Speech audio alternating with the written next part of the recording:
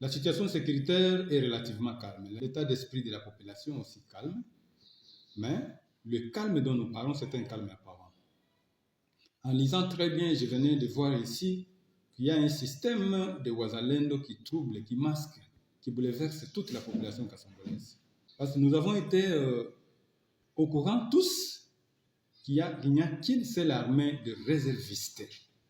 À l'occurrence, on a reconnu M. Amani Mandevou comme représentant d'une armée de réservistes.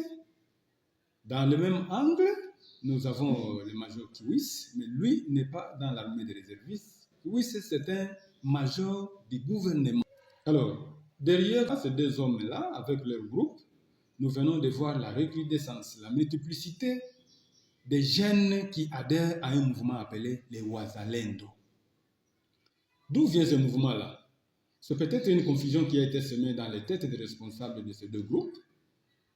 Le chef de l'État, depuis qu'il a ordonné la reconnaissance des Ouazalendo, il n'y a personne qui a déjà été au courant, qui a déjà touché, qui a déjà palpé cette ordonnance reconnaissant les Ouazalendo pour savoir les mécanismes, les tactiques, les techniques, les autres spécialités à adhérer. Mais nous sommes très surpris de voir la naissance, l'ébullition de l'adhésion de la jeunesse cassongolaise à ce soi-disant mouvement de Ouazalendo. Qui est Ouazalendo?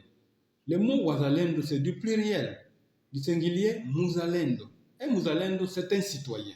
Ce n'est pas un nom d'attribut négatif ou d'attribut simple, mais c'est une conviction dans le sang d'une personne, reconnaissant ses limites, reconnaissant ses attributions, reconnaissant ses devoirs et ses droits dans un État où il est capable de le défendre en cas d'agression d'une force étrangère. Celui-là est appelé Mouzalendo. Qui n'est pas Mouzalendo chez nous? Nous sommes tous des Mouzalendo, non? Parce qu'il n'y a personne qui peut accepter qu'un autre garçon quitte sa maison, venir attaquer sa femme chez lui. Mais comment va-t-il se défendre? Aura-t-il une arme? Il n'en a pas. Pour lui, le couteau, c'est une arme. Un morceau d'arbre, c'est une arme. La pierre, c'est une arme. À la différence avec les autres militaires et les policiers, les Ouazalendo ne doivent jamais être en uniforme, ni en tenue militaire, ni en tenue de policier. Les Ouazalendo ne doivent jamais porter les armes. Les Ouazalendo ne doivent jamais prendre de tenues ou des manifestations policières ou des manifestations militaires, surtout sur le plan de la salutation et consorts. Là, c'est une confusion nette et sûre.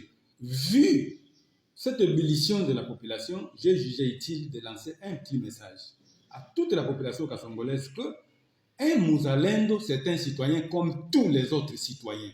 Dès qu'il commet une infraction, il doit répondre de ses actes. L'État ne reconnaît qu'une armée de réservistes, avec comme association les RAD.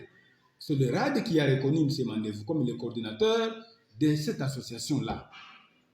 Maintenant, l'ordonnance du chef de l'État est encore en souffrance jusque-là. Parce qu'il fallait que le gouvernement soit investi et que le Premier ministre reconnaisse cette ordonnance par décret et donner quelles sont les mesures d'accompagnement de la reconnaissance de cette ordonnance. Toutes ces procédures n'ont pas encore été effectives.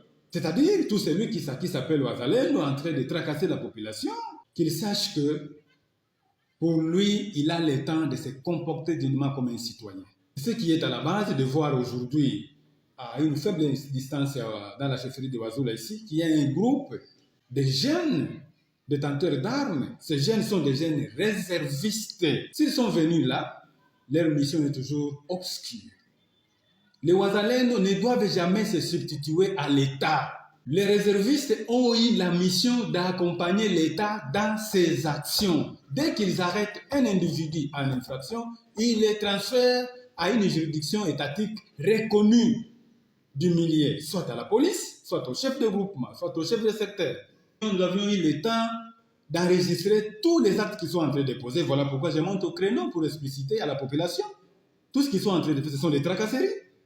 Parmi les Ouazalendo, il n'y a pas un OPJ. Qui a le droit d'entendre une personne sous infraction? C'est un OPJ. C'est le ministère public. En dépit de ça, il n'y a aucune autre personne, sinon ça c'est une usurpation de pouvoir. La population a le droit de dénoncer à une structure étatique reconnue par l'État de toute la tracasserie qu'elle peut subir. Et d'un côté, la population était en train de sentir que ce qui se faisait là-bas n'était pas d'une fracasserie. Pour eux, c'était une manœuvre de discours. Parce que la plupart de la population profitait de ça. Si une population prend son frère à cause d'une dette, à cause de ceci, il va le traire là-bas. Et au retour, il ne gagne rien. Son frère souffre, il est tabassé, il est fouetté, il est ceci. Au retour, il ne gagne absolument rien. Est-ce que sera-t-il rescoussé? Vous qui partez, vous allez perdre de l'argent. Et vous qui êtes accusé, vous allez perdre de l'argent. Mais c'est maintenant qu'il commence à se ressentir, qu'il commence à acheminer les dossiers à des juridictions compétentes. Vous pouvez voir, ils ont comparé là-bas. Les mêmes chefs prennent ces gens et les acheminent au bureau du territoire. Après les avoir rançonnés. Après les avoir rançonnés. C'est pourquoi la population doit mettre sur la tête que c'est elle-même qui est en train de s'effondrer. L'État reste toujours l'État. Ce n'est pas parce que vous avez découvert quelques insuffisances de la part de l'État que vous pouvez confier cette puissance à une autre catégorie que la population. Non, que la population récupère son souffle. Les cultivateurs doivent toujours cultiver. Les pêcheurs doivent toujours aller pêcher. Les éleveurs continuent à élever. Ne vous laissez pas distraire par le recrutement qui se fait dans vos milliers. Ce n'est pas connu par l'État. Lorsqu'il y a besoin, l'État lance un recrutement des jeunes à l'armée.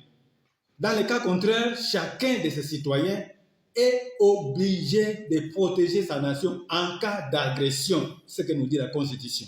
J'appelle tous les responsables de ces Ouazalendo à travers mon point de presse d'aujourd'hui que chacun recadre ces éléments, de les évacuer de toutes les routes d'intérêt tant national, provincial que sectoriel.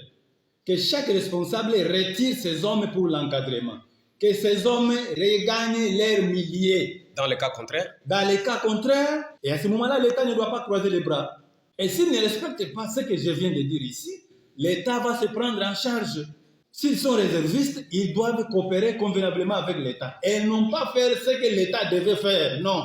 L'État a des militaires, quelle que soit leur marque. L'État a des policiers, quelle que soit leur situation. L'État a les éléments de liner et autres éléments qui ont toujours fait. Nous avons constaté que la mission maintenant que les réservistes commencent à prendre, c'est de diminuer les rayons d'action de l'État. Et l'État, là, ne doit pas croiser les bras. Voilà pourquoi nous disons que chaque force doit revenir à son site reconnu par l'État. Vous êtes prêts pour des tracts? Je vous dis, monsieur les journalistes, je déclare aujourd'hui que l'État ne doit pas souffrir parce qu'il y a des forces de réservistes là.